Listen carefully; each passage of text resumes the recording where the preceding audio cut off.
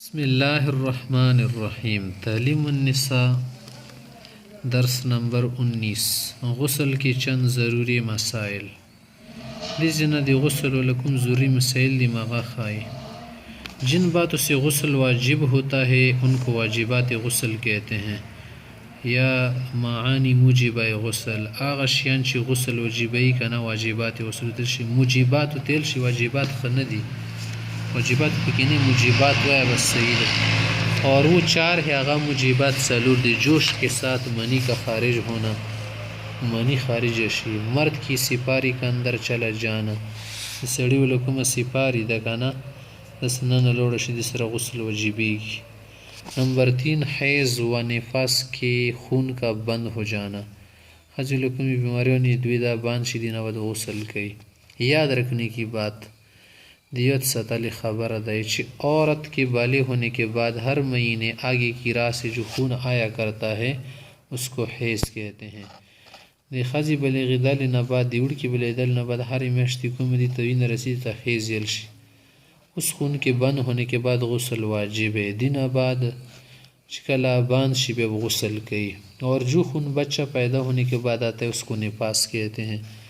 موینا دی بچی پیدا کی دون بعد رسیاتا نفاس الچ اس خون کے بند ہونے کے بعد بھی غسل واجب ہے اچھی بند شی بیا غسل واجبی کی مسئلہ نمبر 1 سوتے یا جاگتے میں جب جوانی کی جوش کے ساتھ منی نکل آئے تو غسل واجب ہو جاتا ہے خوب اولی آلات کی کرویخ کی زوانے آلات کی جوش کی کم منی سڑی نوزی دسر غسل واجبی کی چاہے کی صدر ترابین نکلے پسنگی طریقی وزی ہر صورت میں غسل واجب ہو جائے گا غسل واجبی کی 12 اگر نیند سے بیدار ہونے کے بعد کپڑے یا بدن پر منی لگی ہوتی دیکھی یا دیکھ لیا اس نے کدی خوب نہ بیدار شو پا کپڑے یا بدن منی منی لگی دولے تو غسل واجب غسل اور بنی واجب دا خاص ہوتی میں کوئی خواب دیکھا ہو یا نہ دیکھا ہو خوبی قتلی کا نہیں قتل نمبر 3 مرد کے پیشاب کے مقام کی سپاری اندر چلے جانے سے مرد اور عورت دونوں پر غسل واجب ہو جاتا ہے دی سڑی ولا چې کوم تشمت زود غول سار د سنن نوزی فخازی غسل واجب د سړیا واجب د خوا انزال ہو یا نہ ہو کا حاجات پر شی کنی پر شوا کنا دی بن غسل رول صرف تشغسرا مسئلہ نمبر 4 اگر بدن میں بال برابر جگہ بھی خشک رہ گئی تو غسل نہیں ہوگا بدن کے دی وقت برابر زیوش پوتش غسل نہ کی گی کسی طرح غسل میں کلی کرنے یا ناک میں پانی ڈالنا بھول گیا آدمی بھول گئی خلی تپیزی تو بی پریدا والی یو دی نوی اور غسل کرتی ہی یاد ہے ورس و تریوت سوئے مخدا نوی چولی ورس دیو کی خیر دا کہ میرے بدن میں فلان جگہ خشک رہ گئی تو دوبارہ نہانا واجب نہیں دوبارہ اور بنے نہ دی واجب سے دوبارہ دو لمبی کی مسمازی کی خلی کنگول کی کنا بلکہ سوکی ہوئی جگہ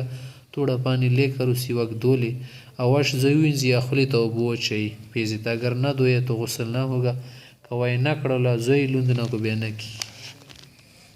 غسل کرتے وقت کلی کرنے یا ناک میں پانی پہنچانے یا دنا یاد نہ رہا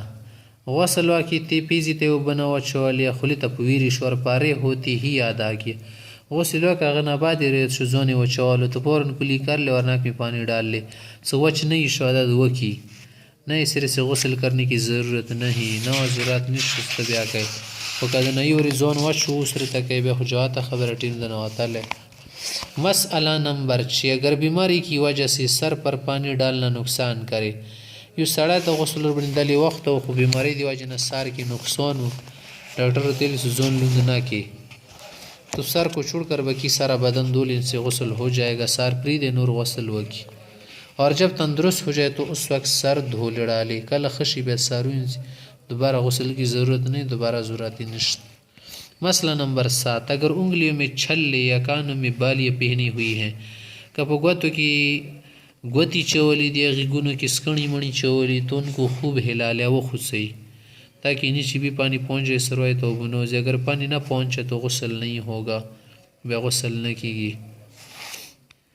مسئلہ نمبر 8 کانوں اور ناک کے اندر بھی نرم گوشت تک کوشش کر کے پانی پہنچانا چاہیے تنبیزائی غگون کی دا نرم ذہن تک وقت ہوتا وہ برسول ضروری دی سڑائے کوشش ہو کہ اگر پانی نہ پہنچا تو غسل نہ ہوگا غسل نہ کی گی مسئلہ نمبر 9 پیشاب کی جگہ آگے کی کال کے اندر غسل میں پانی پہنچانا فرض ہے تاسو متیاز ول سکو مننه چمړه د کچونه کاټ شي کنه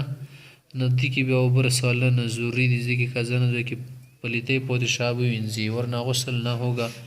غسل نہ کی